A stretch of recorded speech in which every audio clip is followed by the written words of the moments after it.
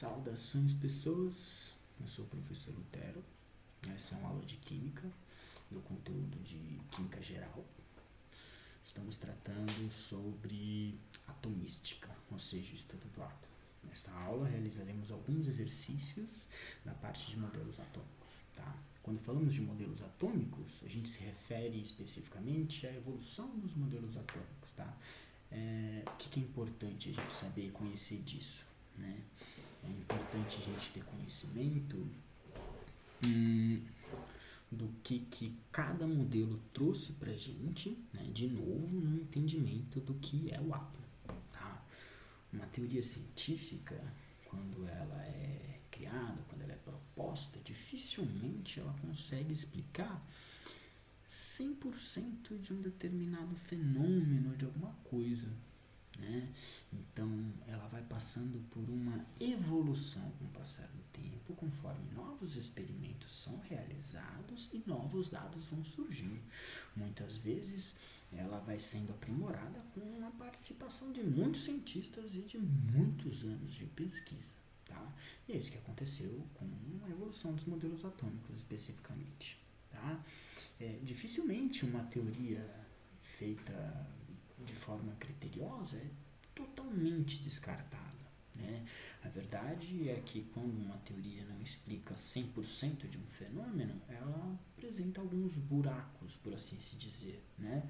E esses buracos vão sendo tapados conforme novas informações vão surgindo e a gente vai entendendo melhor a conformação, a formação de um determinado fenômeno ou de uma coisa que a gente está estudando, nesse caso os átomos. Tá?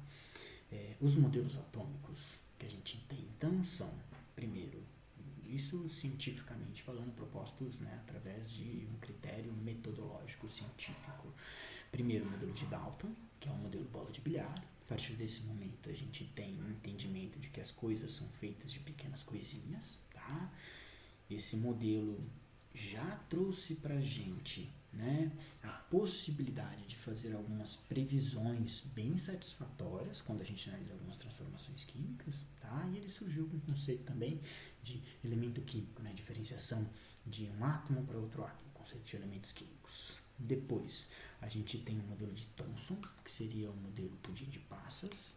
Ele trouxe pra gente um entendimento da natureza elétrica do átomo. Então a gente sabe que o átomo tem elétrons, tá? Então tem cargas positivas, negativas dentro dele, e essas cargas positivas, negativas já dão uma pista pra gente do que faz um átomo se ligar com o outro, né? Pequenas bolinhas de bilhar, como é que elas se ligam? Não sabíamos.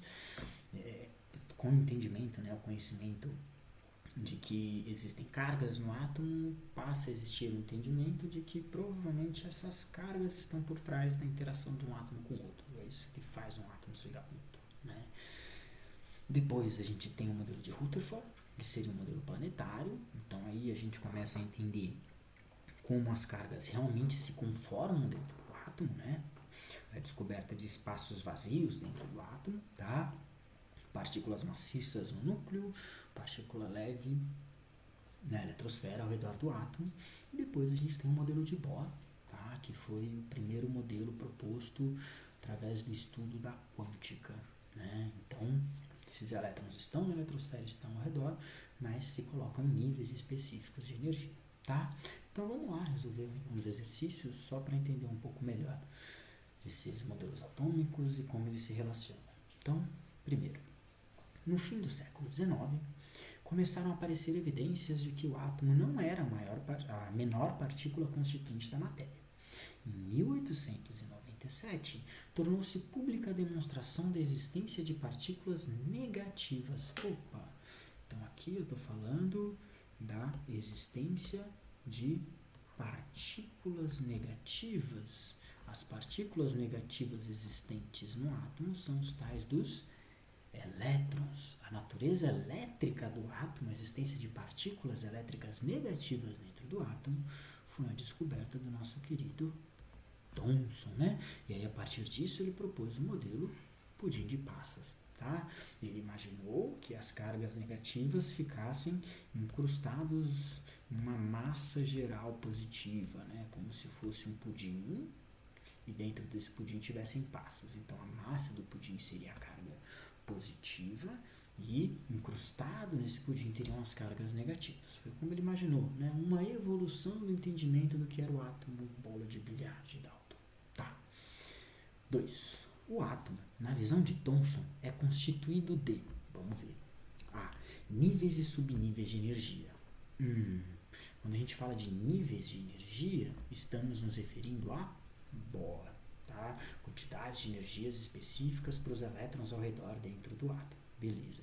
Subníveis de energia é um entendimento um pouquinho posterior que trataremos um pouco mais para frente. Subníveis de energia auxiliam a gente a criar modelos de ligações químicas, tá? Então a gente começa a entender um pouco melhor, né, a interação interatômica entre dois átomos. A gente vai tratar disso um pouquinho mais para frente, tá? Então isso aqui não é visão de Thomson. Cargas positivas e negativas? Sim, isso aqui faz sentido para Thomson. Existem cargas negativas, logo positivas dentro do átomo, porque os átomos em geral são neutros. Núcleo e eletrosfera? Não. O espaço vazio dentro do átomo e a divisão de uma parte interna e uma parte externa passa a existir a partir do experimento de Rutherford e da proposição dele para os resultados do seu experimento. Tá? Grandes espaços vazios no átomo remonta à existência de um núcleo e de uma eletrosfera, o espaço dividido da parte interna e a parte externa do átomo. Tá? Orbitais. Quando eu falo de orbitais, a palavra orbitais está relacionada com subníveis de energia, uma disposição específica do elétron dentro de um átomo, tá? Então isso aqui também um pouco mais para frente. O que se enquadra na visão de Thomson, então, são a existência de cargas positivas e negativas dentro dessa coisa que a gente chama de átomo. Ok. Terceiro. O átomo de Rutherford, proposto em 1911, foi comparado ao sistema planetário. O núcleo atômico representa o Sol e a eletrosfera os planetas. A eletrosfera é a região do átomo Q. Então, eu tenho uma carga positiva dentro do núcleo atômico e ao redor dessa carga positiva eu tenho meus elétrons rodeando, né, em rotas específicas, né, ou seja, em órbitas específicas, como se fosse o planeta ao redor do Sol. Contém partículas de carga negativa na eletrosfera, aqui na parte de fora? Sim, contém partículas de carga negativa. A eletrosfera contém partículas de carga positiva? Não. As partículas de carga positiva ficam no núcleo. Contém nêutrons? Não.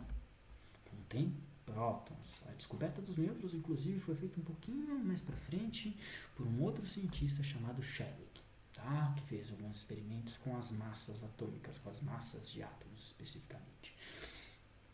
D. Concentra praticamente toda a massa do átomo? Não. O experimento que ele fez foi aquele da radiação batendo numa placa de ouro bem fininha, né? Então, o que fez ele propor a existência de prótons, né? Ou seja, partículas maciças no núcleo atômico e espaços vazios entre o átomo, né? Entre o seu núcleo e a eletrosfera, foi justamente o fato de algumas partículas alfa terem sido desviadas. Elas são desviadas a partir do momento que existem partículas com massa o suficiente, maciças o suficiente para conseguir fazer com que elas se desviem. Isso porque as partículas alfa de radiação são partículas consideravelmente pesadas também. Então eu preciso ter alguma coisa que seja pesada em contraposição a isso, tá? Então a massa, na verdade, do átomo se concentra no núcleo, onde ficam as partículas maciças o suficiente para repelir ou desviar a trajetória das partículas alfa. E contém prótons e nêutrons. Isso aqui seria o núcleo, a parte interna do átomo. Então, é isso aqui que tem na eletrosfera. Contém partículas de carga elétrica negativa. Ponto. E 4. As afirmativas a seguir descrevem os estudos sobre os modelos atômicos realizados por Niels Bohr, John Dalton e Ernest Rutherford. E aí tem 3 proposições aqui, né? Bom, vamos lembrar então. Se eu falo do átomo de Niels Bohr, eu falo de átomos especificamente, né, que os elétrons estão colocados em níveis de energia específicos, tá? Então, se tem níveis de energia, né, estacionários, ou transição de elétrons em níveis de energia em geral, estou falando do átomo de Bohr, o átomo com os elétrons com energia quantificada, tá? John Dalton. John Dalton traz pra gente um modelo mais rústico, né? Os átomos são pequenas bolinhas parecidas com bolas de bilhar. E Ernest Rutherford, os espaços vazios dentro do átomo, né? A divisão do espaço interno e do espaço externo existente dentro do átomo, em órbitas específicas para os elétrons. Ok. Perceba, o átomo de Rutherford é muito parecido com o átomo de Bohr, né? A diferença está no comportamento específico dos elétrons, tá? Dentro da eletrosfera, dentro desse espaço externo. Tudo bem? Vamos lá. 1. Partículas alfa foram desviadas de seu trajetório devido à repulsão que o núcleo denso e a carga positiva do metal exerceram. Então, aqui eu estou falando do experimento realizado por Ernest Rutherford, que ele bombardeou uma placa de ouro com partículas alfa e o comportamento da trajetória dessas partículas alfa que trouxe a pista para a gente da composição do átomo, né? Dessa divisão da parte interna e da parte externa. E aí a partícula alfa teria sido desviada porque entrou em contato com o núcleo atômico, tá? E quando ela não entrava em contato, passava direto. Então, isso aqui está se referindo ao átomo de Rutherford. Está falando das partículas alfa do experimento, está falando do desvio dessas partículas alfa, né? E a repulsão do núcleo denso. Ó, existe um núcleo denso dentro do átomo. Beleza. 2. Átomos, esferas indivisíveis e permanentes. Ó, isso aqui já dá uma pista de quem é, né? Esferas indivisíveis e permanentes. Isso aqui parece o quê? Uma bola de bilhar. Isso aqui já me parece ser coisa do Dalton, né? E aí coloca essas proposições que provavelmente se enquadram. Ó, de um elemento são idênticos a de um em todas as suas propriedades, átomos de elementos diferentes têm propriedades diferentes. Ponto. Então, eu sei que tem elementos químicos diferentes, não sei o que tem por trás disso. Átomos são bolinhas de bilhar, algumas iguais, outras diferentes. As diferentes são diferentes elementos químicos, as iguais são o mesmo elemento químico. Modelo de Dalton. E terceiro, os elétrons movem-se em órbitas em torno do núcleo. Ok, até aqui poderia ser Rutherford, por ser Bohr, né? Sem perder ou ganhar energia. Citou uma quantidade de energia para esses elétrons que estão ao redor do átomo. Então, estou falando do átomo de Bohr. Então, se um elétron não ganha nem perde energia, tá? Ele permanece no seu estado estacionário, ou seja, permanece no seu nível específico de energia. Se ele ganha energia, ele sobe, quando ele vai descer, ou seja, voltar para o nível anterior, ele precisa liberar essa quantidade de energia. Então, ele tem níveis estacionários de energia, podem mudar se um átomo absorve ou libera energia. Ponto. Então, aqui a gente tem a primeira proposição Rutherford, a segunda Dalton e a terceira Bohr. É isso. Agora, para finalizar, vamos fazer esse quinto exercício aqui, tá? De acordo com o modelo atômico de Bohr, tá? Estamos discutindo o modelo de Bohr especificamente, com níveis de energia para os elétrons ao redor do átomo. Elétrons giram ao redor do núcleo em órbitas específicas, tais como os planetas giram em órbitas específicas ao redor do Sol. Muito parecido com o modelo de Rutherford, sempre uma construção, né? Diferentemente dos planetas, aqui é a diferenciação, os elétrons saltam de uma órbita específica para outra, ganhando ou perdendo energia. Qual das afirmações abaixo está em discordância com o modelo proposto por Bohr? Tá legal. A. Ao saltar de uma órbita mais próxima do núcleo para uma mais afastada, então quanto mais próximo do núcleo, menos energia, quanto mais partículas, mais elétrons eu tenho, mais níveis de energia vão sendo preenchidos, né? Os elétrons vão sendo obrigados a alcançar níveis posteriores de energia, tá? Um elétron que está na rebarba, né, na parte mais externa do átomo, quando absorve uma quantidade específica de energia, pode ser promovido ou pode ir para um nível de energia mais energético. Certo. Para isso acontecer, ele precisa absorver energia. Então, é isso. Ao saltar de uma órbita mais próxima para uma mais afastada, para ir para um nível de energia mais enérgico, né? Mais energético, o elétron precisa absorver energia. Certo. Isso aqui está correto, então. B. Ao saltar de uma órbita mais afastada do núcleo para outra mais próxima, o elétron emite energia. Então, esse mesmo elétron ele tem uma quantidade de energia maior do que o seu estado natural, tá? Então, para ele voltar para o seu estado natural, ele tem que liberar essa quantidade de energia que foi absorvida, tá? Então, ele libera essa quantidade de energia quando ele retorna para o seu estado natural. Essa quantidade de energia é uma quantidade específica e geralmente é liberada no formato de fóton, né? Então, algumas vezes a gente consegue visualizar, enxergar de forma visual, com os olhos, essa quantidade de energia sendo liberada para diferentes elementos químicos. A gente observa diferentes cores nesse processo. Tem um experimento chamado teste de chamas, né, que mostra como quando a gente taca fogo, ou seja, fornece energia para diferentes metais, a gente enxerga diferentes colorações nas chamas, ou seja, diferentes quantidades de energia sendo liberadas, né, absorvidas e liberadas por um determinado elemento químico. E aí as cores, né, são um indicativo para a gente de uma quantidade maior ou menor de energia que está sendo liberada ali naquele processo. Para alguns elementos químicos a gente não consegue visualizar olho nu isso acontecendo, mas temos equipamentos, né, tecnologia que nos ajuda a mensurar, a medir a quantidade de energia que é absorvida e liberada por um determinado átomo, elemento químico e muitas vezes até moléculas, substâncias. Tá? C. Dentro de uma mesma órbita, o elétron se movimenta sem ganho ou perda de energia. Sim, ele fica num estado estacionário, tá? Ele fica estacionado ali naquele nível específico de energia e ele não vai mudar isso a menos que ele receba uma quantidade de energia específica que possibilite que ele seja promovido, pule de um nível de energia para outro nível de energia. Então é isso. D. O processo no qual o elétron absorve energia suficiente para escapar completamente do átomo é chamado de ionização. Então, ionização é a transformação de um átomo em um íon. Um íon seria um átomo que tem elétrons a mais ou elétrons a menos. E aí a gente considera um átomo com carga. Vou mostrar isso para vocês na aula subsequente a essa já. Nas representações específicas dos átomos, tá?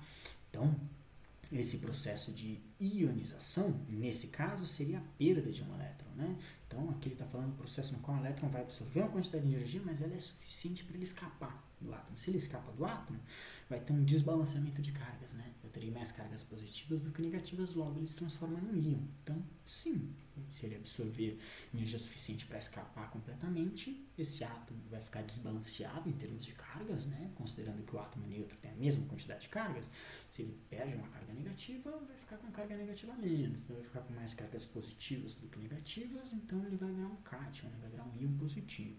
Então, ok.